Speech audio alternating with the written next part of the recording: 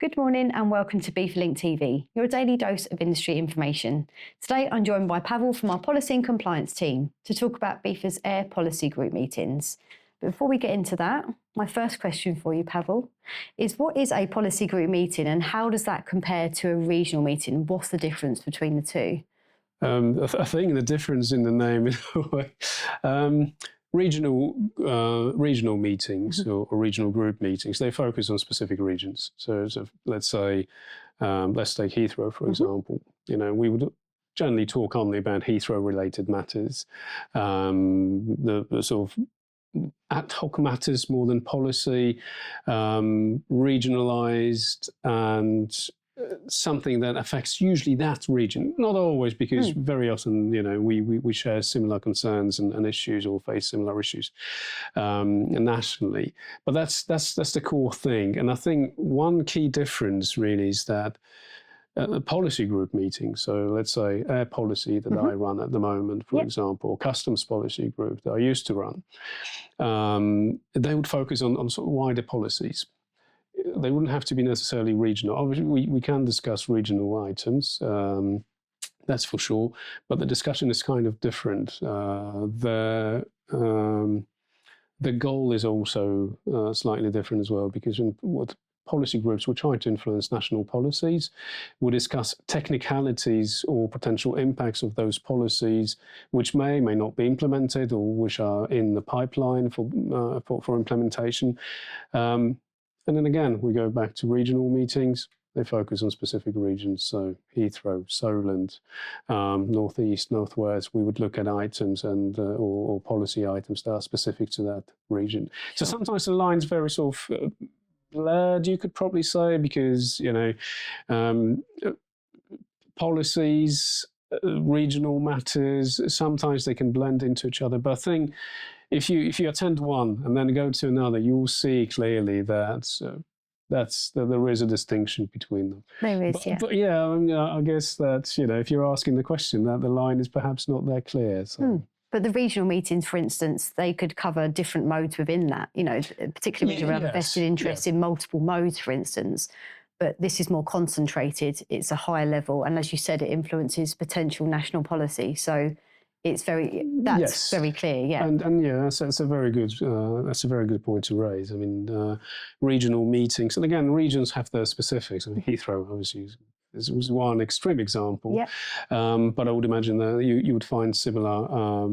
Well, you could probably say that Felixstowe would be, or East Anglia would be very focused on sea freight and maritime issues, whereas policy groups would focus on national policies, usually less related to specific modes, unless there is a modal policy. So the customs would be talking about customs and not necessarily in relation to any specific mode.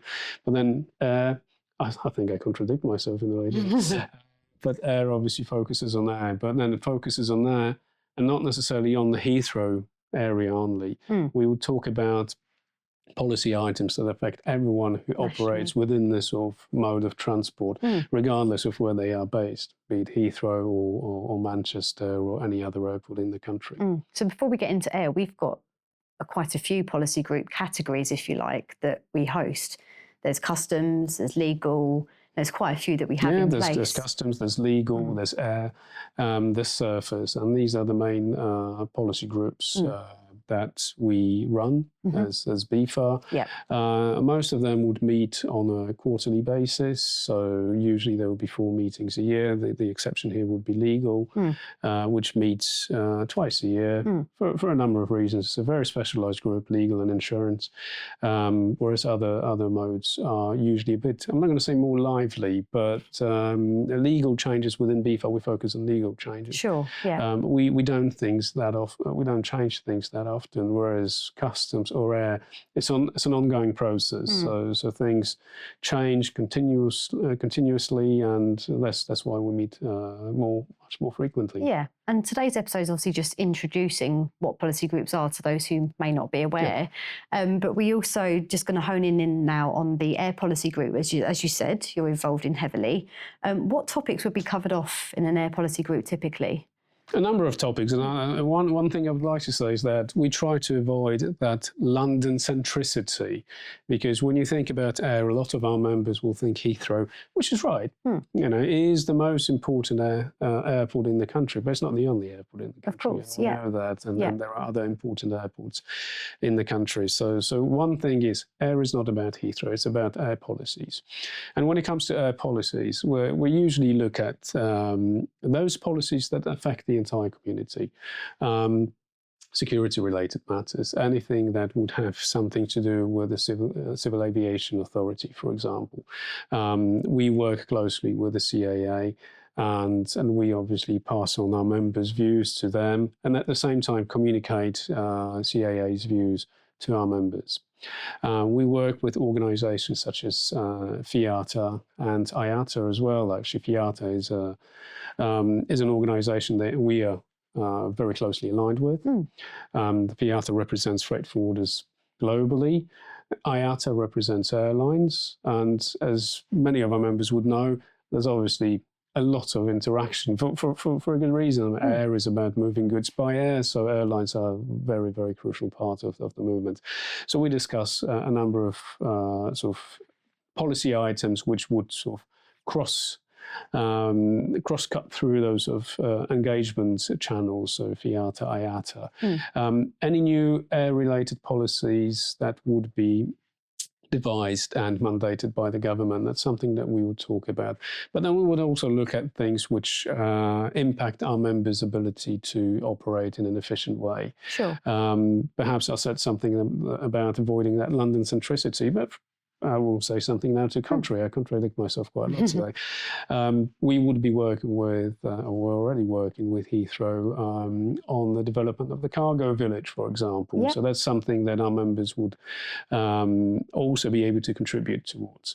So that's the items that we would usually discuss in policy group meetings, and especially in the air policy group. Sure. And the audience is slightly different, as we said earlier as well. But if there was a member watching who would be interested in either hearing more about a policy group and the outcomes from that, there are ways they can find out more information, isn't there? Yes, I would say get in touch with your local representative, which is a regional group.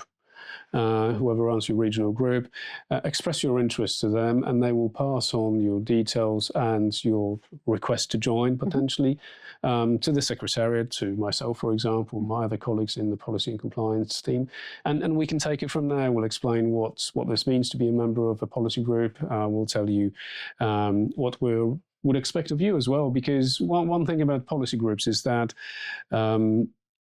we try to make them a two-way street. What we would like to achieve in our policy group meetings is that sort of communication, and we give you something, you give us something, because the only way to build and create effective policies is by us working with members, expressing our industry's views to the government or other regulators, and that's the sort of whole concept. So if you want to join, yes, please do. But we expect something from you in return, your contribution, your expertise, and so on and so forth. So that's very important when it comes to policy groups. And for members in general, we also encourage members to join their regional meetings as well, because from there they also get the updates from the latest policy group across the board. So there's benefits there too, isn't there? Definitely. I think it's always best to start with a regional group. It gives you a flavour of what to expect from a more technical group, which is a policy group usually. And then if you see that's something to your liking, then start from there and get in touch. That's great. Thank you very much, Pavel, for your update. Thank you. That's all for today's episode of BIFA Link TV, your daily dose of industry information.